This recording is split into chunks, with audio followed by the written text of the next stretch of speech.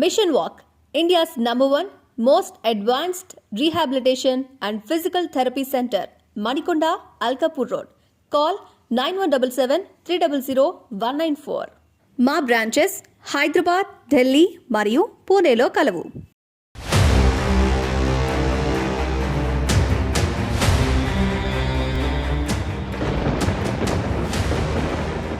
తెలుగు రాజ్యం YouTube channel కు స్వాగతం. నేను మీ ఆర్ఎస్ రెడ్డి. ప్రస్తుతం మనం ప్రభుత్వంలో ఉన్నాం. ఇక్కడ సీనియర్ రాజకీయ నాయకుడు జి వీరశివారెడ్డి గారు ఉన్నారు. ఆయన 1994లో ఒకసారికి ఎమ్మెల్యే అయ్యారు. ఆ తర్వాత తెలుగుదేశంతో గెలిచినప్పటికీ రాజశేఖర గారితో చాలా కాలం పాటు ఆయన చేయలేరు. ఆ తర్వాత మళ్ళీ తెలుగుదేశం వచ్చారు. ప్రస్తుతం ఇప్పుడు ఆయన నిన్న జగన్ సమక్షంలో వైఎస్ఆర్ కాంగ్రెస్ పార్టీలో చేరారు పులివెందుల్లో. ఎందుకు ఆయన పార్టీ మారాల్సి తెలుసుకునే ప్రయత్నం చేస్తాం. అన్న నమస్తే. నమస్తే. నిన్న చాలా కాలం పాటు మీరు తెలుగుదేశంలో కొనసాగారు. మొట్టమొదటి రాజశేఖర గారు ఉన్నప్పుడు చాలా కాలం పాటు ఆయనతో మీరు చేయలేరు. నిన్న తెలుగుదేశం పార్టీ నుంచి వైసీపీలో చేరారు. అంటే ఈ పార్టీ మారడానికి దారితీసిన పరిస్థితులు ఏమనుకుంటున్నారు? ముఖ్యంగా పార్టీ మారాల్సి రావడం ఏమంటే చంద్రబాబు నాయుడు దగ్గరికి సీటు కావాలని పోయినాం. ఐవీఆర్ లో కూడా నాకే బాగా ప్రజా ఆమోదం లభించింది. అయినా కూడా చంద్రబాబు నాయుడు కేవలం ఆర్థిక పరిస్థితిని చూసి డబ్బంతా ఖర్చు పెట్టుకుంటామని అంటే 4 మాటలు ఓడిపోయిన నా ప్రత్యర్థి నరసింహారెడ్డి కొడుకు చైతన్య రెడ్డికి టికెట్ ఇచ్చినాడు. దీనివల్ల నేను చాలా హర్ట్ అయినా. తర్వాత రెండోది, ఎంపీగా నన్ను ప్రపోజ్ చేసినారు. ఎంపీగా ఉండు అనే రకంగా ఐవీఆర్ పెట్టినారు. ఐవీఆర్ లో కూడా బాగానే వచ్చింది. రాజకీయ అనుభవం లేదు, ఎప్పుడు చట్టసభల్లో ప్రవేశం లేదు. అటువంటి భూపేష్ రెడ్డికి టికెట్ ఇచ్చినాడు. దానివల్ల నేను బాధపడి పార్టీకి నా అవసరం లేదులే అని నిర్ణయం చేసుకొని, దీంట్లో చంద్రబాబు నాయుడులో నచ్చిన విషయము లేదు, జగన్మోహన్ రెడ్డిలో నచ్చిన విషయము లేదు. నేను రాజశేఖర రెడ్డి హయాంలో నుంచి కూడా రాజకీయాల్లో చేనేత ఉన్నాను. రాజశేఖర రెడ్డి అటువంటి వ్యక్తిత్వం కలిగిన వాడిని, నమ్ముకున్న నాయకుల్ని ఆయన గడ్డన వేసే విధానాన్ని, తరువాత ఆయన ప్రజల కోసం పాటుపడే వ్యక్తిత్వము, ఇవన్నీ కలిపి నన్ను రాజశేఖర రెడ్డి పట్ల ఆకర్షితులు చేసినాయి. అంతకు తప్ప వేరే కారణం లేదు. కనీసం తెలుగుదేశం పార్టీ టికెట్ ఇస్తే చంద్రబాబు నాయుడు వీరశివారెడ్డి ఇంటి దగ్గర ఇవ్వో, ఆయన్ను కూడా కలుపుకో, ప్రచారం చేసుకొని కూడా చెప్పలే. కాబట్టి బాధ కలిగి నేను వైఎస్ఆర్ పార్టీలో చేరడం జరిగింది. అంటే ఇప్పుడు చంద్రబాబు నాయుడు మీకు టికెట్ ఇవ్వకుండా నరసింహారెడ్డి గారు కానీ లేదా కృష్ణ చైతన్యకి ఇచ్చినప్పుడు మిమ్మల్ని పిలిచి మాట్లాడలేదా? ఈ పరిస్థితుల్లో ఉండదు? లేదు, ఏ పరిస్థితులు లేదు. ఫైనాన్షియల్ అభిప్రాయాలు తీసుకున్నాడు. నేనైతే ఇప్పుడు మారిన పరిస్థితుల్లో ఈ ఎన్నికల వ్యయం చాలా హైలో ఉంది కాబట్టి నేను అంత పెట్టుకోలేను, సగం పెట్టుకుంటానని చెప్పినాను. పుత్తా నరసింహారెడ్డి అంతా నేనే పెట్టుకుంటా, నాకు గాని మా కొడుకు గాని టికెట్ ఇమ్మన్నాడు. ఆయన గెలుపు గుర్రాలను ఎంపిక చేసుకోలేదనిపిస్తుంది నాకు. ఎందుకంటే చంద్రబాబు నాయుడు గారు గెలిచే వాళ్ళకు టికెట్లు ఇవ్వాలి కదా, గెలుపు గుర్రాలను దగ్గరికి పెట్టుకోవాలా. ఆయన 4 మాటలు ఓడిపోయినాడు, నేను 3 మాటలు గెలిచిన. ప్రజల్లో నా మీద అభిమానం ఉంది, నా మీద ప్రేమ ఉంది, నాకు గుంపు ఉంది, నాకు వర్గము ఉంది.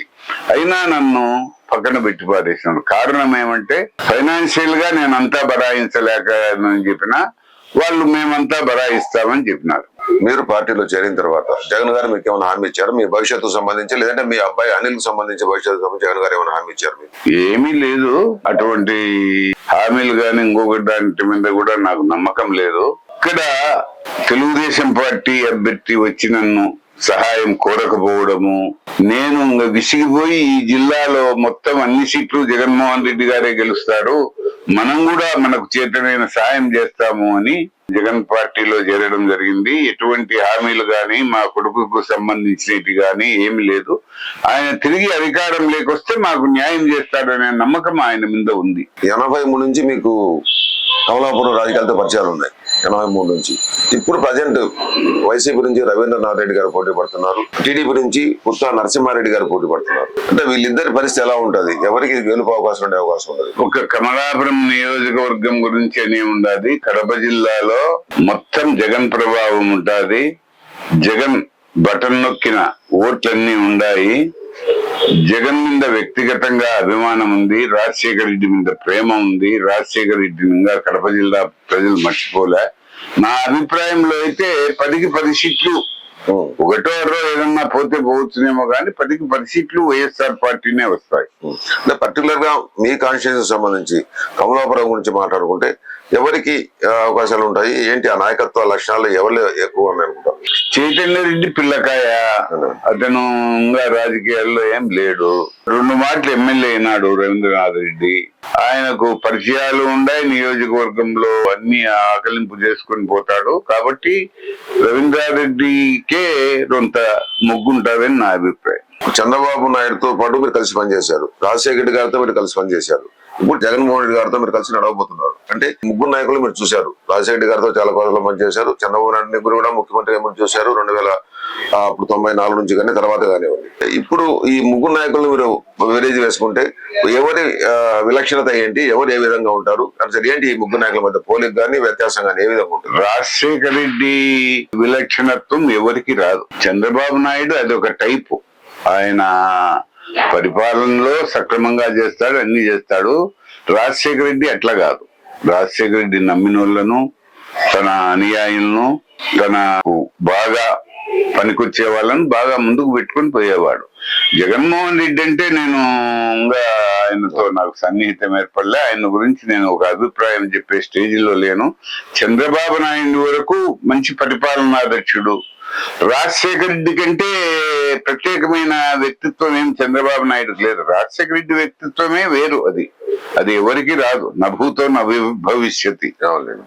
అంటే చంద్రబాబు నాయుడు పరిపాలన దక్ష మీరు అంటున్నప్పుడు అయితే జగన్మోహన్ రెడ్డి 5 ఏళ్ల పరిపాలన సాగించారు. రాజకీయ నాయకుడిగా మీరు చూశారు ఆయన పరిపాలన ఎలా ఉంటుంది. అందులో ఉన్నట్టు అభివృద్ధి లేదు, పథకాలు మాత్రమే చేస్తున్నాడు, సంక్షేమాలే చేస్తున్నాడు, పథకాలు లేవు అని పథకాలు పెడుతున్నారు, అభివృద్ధి లేదని మాట్లాడుతున్న నేపథ్యంలో అంటే పథకాల గురించి మీరు ఏం మాట్లాడతారు, జగన్ పాలన గురించి ఏం మాట్లాడతారు? సంక్షేమము ఉండాలా, సంక్షేమ పథకాలు అమలు చేయాలా, సైమల్టేనియస్ గా డెవలప్మెంట్ కూడా ఉండాలి. డెవలప్మెంట్ విషయంలో ఈ 5 ఏళ్ళు జగన్మోహన్ రెడ్డి గారు కొద్దిగా వెనకబడినారనే నా అభిప్రాయం. కాబట్టి ఇప్పటికైనా జగన్మోహన్ రెడ్డి గారు సంక్షేమము, అభివృద్ధి 2 దృష్టిలో పెట్టుకొని రాబోయే కాలంలో ముఖ్యమంత్రి అయితే ఖచ్చితంగా అమలు చేస్తారని నేను అనుకుంటున్నాను. ఈ జిల్లాకు సంబంధించి చాలా కాలం 3 సార్లు మీరు ఎమ్మెల్యేగా ఉన్నారు. ఈ కాన్స్టిట్యున్సీ లేకుంటే కమలాపురం కాన్స్టిట్యున్సీ కానీ లేకుంటే జిల్లాకు సంబంధించి జిల్లా మొత్తంగా మనం తీసుకున్నప్పుడు జిల్లాకు సంబంధించి రాజశేఖర్ గారు చేసింది ఏంటి, ఈయన ఏ విధంగా చేయాలని కోరుకుంటారు? అంటే జిల్లాకు సంబంధించి ఇరిగేషన్ కానివ్వండి, లేకుంటే అభివృద్ధి కానివ్వండి. రాజశేఖర రెడ్డి ఇరిగేషన్ చాలా బాగా చేసినాడు, జలయజ్ఞం పేరుతో బాగా చేసినాడు. మనకు విభజన జరిగింది, రాజధాని లేకుండా పోయింది. జగన్మోహన్ రెడ్డి గారు అదొక మైనస్ పాయింటే. అమరావతి గాని ఇంకొక రాజధాని గాని దృష్టి పెట్టి మనకు రాజధాని ఉండే ఆంధ్రప్రదేశ్ అనేది చేయలేకపోయినాడు. అవన్నీ ఇంకా రాబోయే కాలంలో చేస్తాడని నేను అనుకుంటాను. జగన్మోహన్ రెడ్డి గారు చెప్తున్నది ఏంటంటే అభివృద్ధి ఒకే చోట కేంద్రీకృతం కాకూడదు, అభివృద్ధి అనేది డీసెంట్రలైజేషన్ కాదు, వికేంద్రీకరణ జరగాలి. ఆ కారణంతో నేను 3 రాజధానులు చెప్తున్నాను. ఎందుకంటే హైదరాబాద్ మనం ఒకసారి ఎగ్జాంపుల్ తీసుకుంటే దాదాపు 70 సంవత్సరాలుగా మొత్తం అభివృద్ధి అంతా అక్కడే జరిగిపోయింది, అక్కడే కేంద్రీకృతమైంది. కానీ ఇక్కడ ఆ ఉద్దేశంతో నేను అన్ని ప్రాంతాలు రాయలసీమ, కోస్తా, ఉత్తరాంధ్ర డెవలప్ చేయాలనే ఉద్దేశంతో 3 రాజధానులు చెప్తున్నాను జగన్మోహన్ రెడ్డి గారు అంటున్నారు. 5 ఏళ్ళు ఏం చేసినాడు? 5 ఏళ్ళు అట్లా ఎత్తుకుంటే ఆ రకంగానే గాని ఒక రకంగా ఈ 3 రాజధానులది అనేది మన రాయలసీమ వరకు నష్టమే. న్యాయ రాజధాని వల్ల మనకేం జరుగుతుంది? ఏదన్నా గానీ 400-300 కిలోమీటర్ల దూరంలో ఒక ఇది నా వ్యక్తిగత అభిప్రాయం, ఒక రాజధాని ఉంటే వైజాగ్ అనేది 700 కిలోమీటర్లు మనకు. అంటే అందరికీ పనిపడదు రాజధానితో అని ఇంకొకరితో గాని, పనిపడిన వాళ్ళకి ఏమో ఇబ్బందే కదా. ఆ విషయంలో జగన్మోహన్ రెడ్డి గారికి నేను ఒక సలహా చెప్తాను. ఖచ్చితంగా ఒక రాయలసీమకు దగ్గరగా ఉండే ప్రాంతంలో రాజధానిని ఈ దఫా అయినా గానీ ఆయన గవర్నమెంట్ వస్తుంది, ఈ దఫా అన్నా ఏర్పాటు చేస్తే బాగుంటారు. విభజన సమయంలో కేంద్ర ప్రభుత్వం ఏర్పాటు చేసిన శివరామకృష్ణన్ కమిటీ ఒక రిపోర్ట్ ఇచ్చింది. ఆ రిపోర్ట్ సంబంధించి దొనకొండలో ఏర్పాటు చేస్తే బాగుంటది. అక్కడ 1,20,000 ఎకరాలకు ప్రభుత్వ ల్యాండ్ ఉన్నది. దాంతో హైవేకి దగ్గరగా ఉన్నది, కనెక్టివిటీ ఉన్నది. అలాగే మన కడపలాగా అక్కడ పాత ఏరోడ్రోమ్ ఒకటి ఉన్నది అక్కడ. అంటే అలాంటి పరిస్థితిలో అలాంటి ప్లేస్ లో పెడితే మీరు బాగుంటుంది అనుకుంటున్నారా? దొనకొండ గాని అనకొండ గాని ఎక్కడైనా 2 లక్షల కోట్లు పెట్టి రాజధాని కట్టే స్టేజ్ లో లేదు. ఎక్కడైనా గాని మన ప్రభుత్వ ఆర్థిక పరిస్థితిని బట్టి కట్టేది లేదు. ఒక సిటీ కట్టాలంటే ఇబ్బంది, ఒక సిటీని కట్టాలంటే ఇబ్బంది అవుతుంది. కాబట్టి దొనకొండ గినకొండ ఎన్నేం ప్రపోజల్స్ రావు. ఏదైనా గాని ఇప్పుడు మనం రాజధాని ఏదైనా గానీ ఒక క్వశ్చన్ పేపర్ లో ఒక క్వశ్చన్ ఇస్తారు, ఆంధ్రప్రదేశ్ రాజధాని ఏది అని, ఏమని రాయాలా? కాబట్టి ఏదన్నా గాని వైజాగ్, అమరావతి, దొనకొండనా ఏదైనా గానీ ఒక రాజధాని ఏర్పాటు చేయాలి రాబోయే కాలంలో. ఈ జరుగుతున్న ఎన్నికలు 2 పార్టీలకు కూడా చాలా క్రూషియల్ ఎన్నికలు. ఇవి 2 పార్టీలకు కూడా జీవన్మరణ సమస్య ఎన్నికలు, తెలుగుదేశం పార్టీకి కానీ వైసీపీకి కానీ. ఈ రాష్ట్ర వ్యాప్తంగా మీకున్న అనుభవంతో ఏ పార్టీకి వచ్చే అధికారం వచ్చే అవకాశం ఉన్నది, ఏ పార్టీకి ప్లస్ ఉంటది? అంటే హోరాహోరీగా ఎలక్షన్లు జరుగుతున్నాయి. ఇప్పుడే అయితే మనం ఏమి చెప్పలేము. ఇంకా ఒక 15 రోజులు పోయినాక, ఒక వారం ముందు, ఎన్నికల ముందు చెప్పొచ్చు. నాకు తెలిసినంత వరకు, నా రాజకీయ పరిజ్ఞానం ఉన్నంత వరకు ఇప్పుడు క్వీన్ కంటెస్ట్ ఉంది. కాబట్టి ఇంకా వచ్చే పరిస్థితుల్లో ఏదైతే చెప్పలేదు. అంటే మీరు మరో 30 సంవత్సరాలు అంతకుముందు ఉన్నా కూడా రాజశేఖర రెడ్డి గారితో మీరు మహేశ్వర రెడ్డి గారితో సన్నిహితంగా ఉండి వాళ్ళ ఎమ్మడి మీరు నడిచారు. తర్వాత రాయలసీమ ఉద్యమంలో కూడా మీరు పాల్గొన్నారు అప్పుడు ఆ సమయంలో. కానీ కొంతమంది వరకు చాలా మంది చెప్తున్నది ప్రత్యేక రాయలసీమ లేకుంటే గ్రేటర్ రాయలసీమ. గ్రేటర్ రాయలసీమ అంటే పాత ఏదైతే సీడెడ్ ఉన్నదో, సీడెడ్ ప్రాంతం దత్తమండలం అంటాం, దాంతో కలుపుకొని చేయాలన్న ఆలోచన కొంతమంది చేస్తున్నారు. మీతో పరిచయం ఉన్న కానీ మహేశ్వర రెడ్డి గారు కానీ, లేకుంటే ఇక్కడ ఉన్న దశరథరామరెడ్డి కానీ అవుతున్నారు. దీనిపైన మీరేమంటారు? అవన్నీ ఇప్పుడు అమలయ్యే పథకాలు కావు. ముస్లితరం నాయకులు పేపర్ల మీద కూర్చొని ఏయో ఊహించుకుంటా గ్రేటర్ రాయలసీమ, ఇంకొక రాయలసీమ, ఒక రాజధాని లేదు మనకి. ఇప్పుడు ఆంధ్రప్రదేశ్ కంతా కలిపినా ఒక రాజధాని లేదు. ఇంకొక గ్రేటర్ రాజధాని తెచ్చుకొని దానికి 2 లక్షల కోట్లు, దీనికి 2 లక్షల కోట్లు, అవన్నీ సాధ్యమయ్యేది కాదు. ఉద్యమాల కాలం పోయింది. అప్పుడు రాయలసీమ ఉద్యమంలో మనం అందరం కూడా బాగా చురుగ్గా పాల్గొని ఉన్నాము. ఇప్పుడు కాలం మారిపోయింది. ప్రతి ఇంట్లో చదువుకునే వాళ్ళు, ఒక్కొక్క ఇంట్లో 2-3 ఆడపిల్లోళ్ళు గాని, మగపిల్లోళ్ళు గాని, కొడుకులు గాని, కోడళ్ళు గాని సాఫ్ట్వేర్ ఇంజనీర్లుగా, ఇంకా MBA చదివి ఇంకా రకరకాలుగా ఉద్యోగాల్లో అన్ని విన్నారు.